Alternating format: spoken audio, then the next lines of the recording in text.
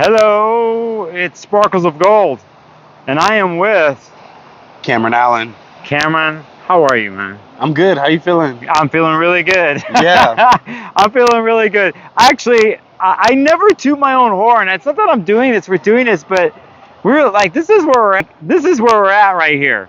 So we could say we're in Manly, which is a part of Sydney. When you take the ferry from the Opera House, this beautiful part with beautiful beaches, you might possibly see some people having fun here in a second. Here you can see them on the boat, and it's turned out to be a killer, beautiful day here. And we're here to talk about new moon in Aquarius. Yeah. That's coming up here on the 29th, 30th. Depending on where you're at. If you're here in Manly or in Sydney, Australia, it's going to be the 30th. If you're over in the States, it's going to be the 29th. Yeah, and it's happening at 9 degrees. Aquarius. Sun, moon conjunction Aquarius. Aquarius is such a funny sign. I think out of all the signs, it always has this kind of difference, and they're the weirdos, or depending on which generation, the age of Aquarius, all these connotations that come along with the sign. An air sign ruled by Saturn, of the mind, but important for these times, because I think the mind is so much in play these days in our world and society. So as with anything new moon, there are several aspects, characteristics of the day. What do you think about this, Cameron? This new moon? Yeah. I mean, I'm thinking about it from the perspective of, like you were saying, like Aquarius is about the mind and Saturn ruling that, and Saturn being in Pisces, and how that has so much to do with and especially in evolutionary astrology, I'm kind of feeling into it in this moment, and even being right here by the water, just like something about like dissolution or dissolving. And so like feeling that from the perspective of the mind, like how am I allowing my mind to dissolve into a new structure through my feelings? Like that's something that I'm like really feeling into. And even considering that Jupiter is in aspect with the new moon at 11 degrees of Gemini, and how it's stationing, so it's slowing down some other thoughts that have been happening for a while now before it goes forward. So that's like one thing that I'm like feeling alive right now coming up as you ask that question. Yeah, I think it's funny what you said, slowing down and stopping, because usually when we have more outer body planet, when it's about to station retrograde, it hangs out around at a certain degree for a while, and as the days go by. So, saying that if we were to follow the natural dispositor order, right? So the new moon's in Aquarius. Aquarius is ruled by Saturn. Cameron referenced Saturn in Pisces, right? And we go, what rules Saturn in Pisces is Jupiter and Gemini, right? What rules Gemini? Mercury in Aquarius. And this is the big part of the lunation too, because Mercury's with Aquarius. And before this new moon happens, actually has its official conjunction with Pluto along with the moon, while the moon's balsamic. Actually, even before the new moon happens, Mercury, moon, and Pluto, this balsamic thing. I feel that there is an ending here from the Pluto and the Capricorn story, actually, the 29-degree story. And right before Mercury goes into Aquarius, we do this. Then we go through this ritualistic process with Mercury and Pluto and the moon. And there's a letting go and getting ready for something else. Does it move fast immediately? I don't think so. I think it goes into like, what is the pure thought? What will you bring in thought-wise? What possibly could be new or entering to come in that liberates, or you had the liberation idea? These types of things then going into the new moon, I think is very important to know the chapters before, right? So saying that, I think in these times, Cameron, I'm going to be real on my channel. From a political view, what's happened in the last 6 months, this transitions in world politics, what's going to happen, there's a lot of worry, so on and so forth. But for me, regardless of political parties, regardless of this stuff, I think many of us forget the power of the mind and what can happen there if we have the intention of like, I want something else. I want something new. What new vision could I put into play here? And this brings in Jupiter and Gemini ruling Saturn in Pisces. This all connects. So So for me, this has a Plutonian underbelly, and at the same time, we're looking forward. And this is, to me, as someone with a bunch of Aquarius in my charts, I love situations like this because anything can happen, anything can be manifested if you only dare to think about it, if you only dare to dream about it. And that's, as us as human beings, that's where you feel autonomy and power, that nothing has control over you. Nothing. It may seem that there's control over your mind with the algorithm and where you have to go, the container you're stuck in by the corporate media that sell your readings, or you're stuck in this thing. But are you? Are you? And I think it's fundamental as human beings to remind ourselves, before we talk with our crew, our people, that we know inherently within ourselves the power of our mindset, and what we can do with it. No, that's beautiful. I love all of that. And even as you say that, I just can feel it moving through my body right now. And something I would add too is like the power of a mind that feels like now it must do something, right? Or even like thinking about Saturn being the ruler of Aquarius, and sometimes people who have a strong Aquarian energy, or the new moon being in Aquarius, is having to do with people who now feel like they're really on the outside, or the outsider's identity, and how we have to be in different relationship with that as it transforms moving forward.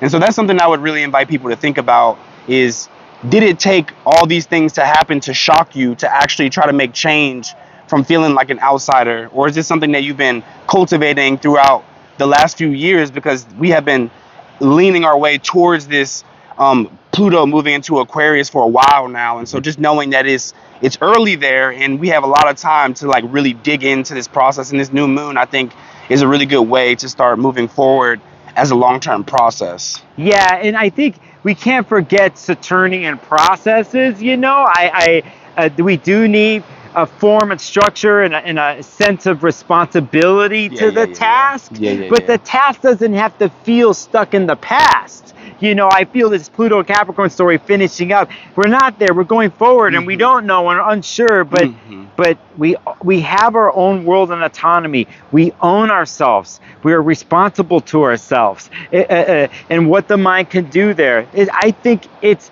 entirely legit to think out of the box, to wish and dream, but also know that it's not just a wish, that it actually can become manifest. And that's the thing about Saturn once used down the line. The Pluto in Aquarius transit is 20 years. Uranus is going into Gemini here for 7 years slowly. Lots of air, a lot of work to be done. Does it feel like you want to change it now? Yes.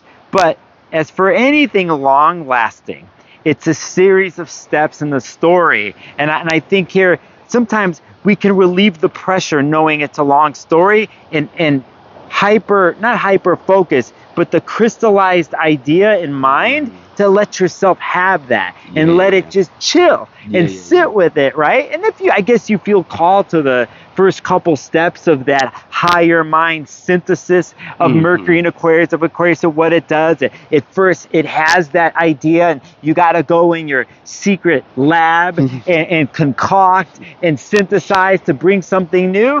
Then let yourself go into that. As I said on other videos, down the line, you'll have a chance. You'll have a chance to do it with your crew, with your family, your community, when they're doing the same thing in the mind gestation process. And you'll come together and you'll do your own synthesis, I believe. And to go on one more thing here, to what you said about outcasts. You find some of us have already been outcasts, and we've been waiting for you. We've been waiting for you. And it's natural process. And here you are, outcast, and you might not know what to do in the outcast place. You might not know what the tools are, what it is. But here it goes. Like, it's open, and you get to experiment with this. And so that's part of part, but a lot of my method. No, I love that. I'm feeling all of that. And it just made me, like, when you were talking, I just kept thinking of, like, allow, like, the castle in the sky of your mind to guide your footsteps on the ground, right? And a lot of times with like Aquarius and Saturn things going on, it is like the idea, but it also sometimes can be an idealistic idea, which is totally fine as long as you can see the difference between real and ideal, so that the castle in your mind in the sky can be integrated into each step that you take, right? And so, anything with a fixed sign, anything having to do with Saturn, if you want to hurry up, just take your time. Yes, it's that simple actually.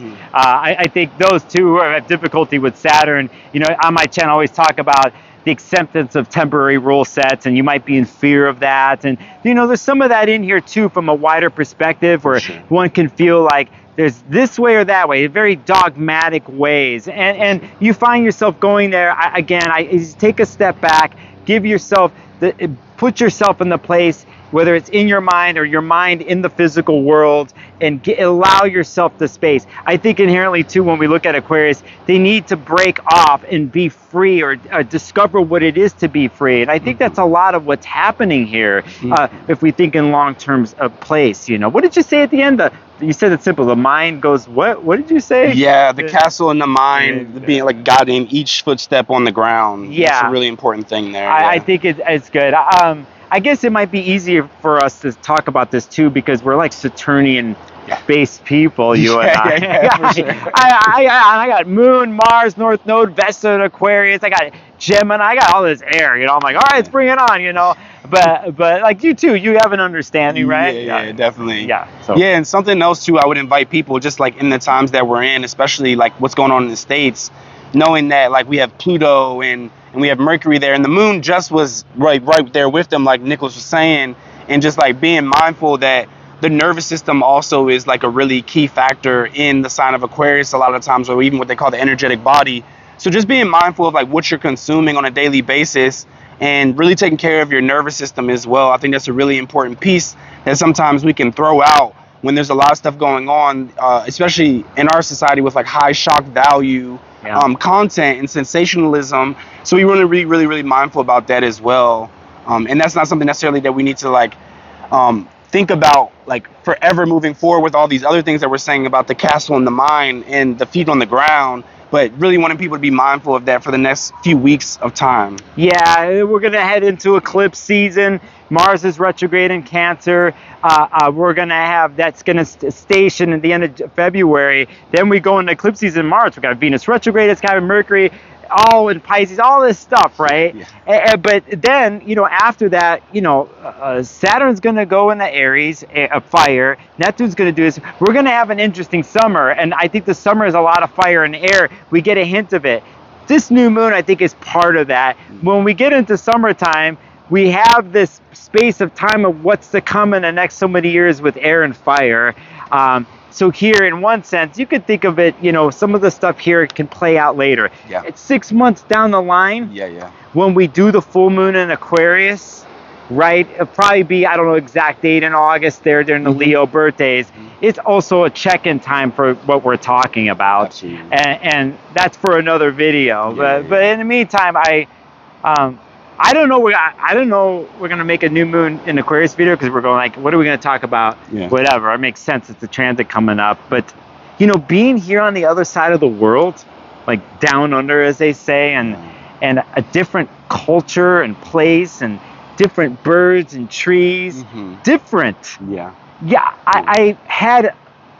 It's always been there, but a reminder of what it is, what difference brings, and the acceptance. And can one be open to the new, something that can be downloaded or come in, and how you forget what that feeling is. And once you are in difference and you're open and aware and not judgment, but you're there to accept the difference or the idea, it changes you on a molecular level. I mean, we're traveling here, and that's the way I'm feeling. And I'm like, oh, my outlook on the world is different, or I see something different, or they do it differently. I never, this could work. Or if I take that little bit of difference I see that they do and my difference, can I combine the two, and what does that synthesis bring? Yeah, that's a really beautiful reflection. And even thinking about, this is my first time being in summer during Aquarius season, but I'm in a place that's foreign, and I can still like strongly feel my difference in a way that's like still making me go down and in this very strong way, and creating new upgrades in my mind. Whereas I used to relate to that as, oh, it's the winter season, so I'm going down and inside of myself because it's cold outside, and that's where I'm building the castle in the sky. So when the spring comes, but here I am still in Aquarius season, but I'm in a different place, and the same thing is happening again. So it's really interesting how I'm feeling that it is different iteration, but of the same archetype, and how I'm experiencing similar things in different ways. Yeah. Yeah, I know, it's weird, huh? Like Aquarius has always been a winner to us. It makes me think about the forecast that we all do for the Northern Hemisphere. We're always talking to the Northern Hemisphere, and I've been slowly changing to recognize and to put myself in the position, right? So like down here when the Leo birthdays happen, we're Northern Hemisphere, it's like sun and blah, blah, but here it's dead winter, you know? Yeah. So it's to see the other sides of it. Again, perspective and difference is a thing. So I don't know, you have any more thoughts, Cameron? I don't know. I'm just appreciating being here with you and with everybody here, and I feel great. No, I appreciate you coming on the channel, man. We've known each other for a while now through NORWAC. Actually, we're all going to be there at the end of May. You're on the board of ESAR currently. I used to work behind the scenes for them. We're not entangled, but we're in different places. You Absolutely. have many different practices, by the way, that you're involved in. Like, where can people find out more about you and know about those things? Yeah, for sure. So you can find me on Instagram at CADream6. I also have my medical astrology page that I just started called Holistic Health Astrology at Holistic Health Astrology. And my website is cadreamplanet.com. So you can find me there. Everybody, make sure you go check out ESAR. We just started a Mighty Networks group, and we're trying to like bring in more community there. So that's open to the public. So invitation for people to come into that as well. Yeah, you can go to the IG, the ESAR Linktree and IG. I put links up there to go to the Mighty Networks. It's free to join. You don't even have to become a member. But you know, I guess this is an interesting thing, because even in the astrology world with the organizations that are involved that have their own histories, the changes in astrology in the occult world the last 5-6 years pre-COVID, everything's exploded.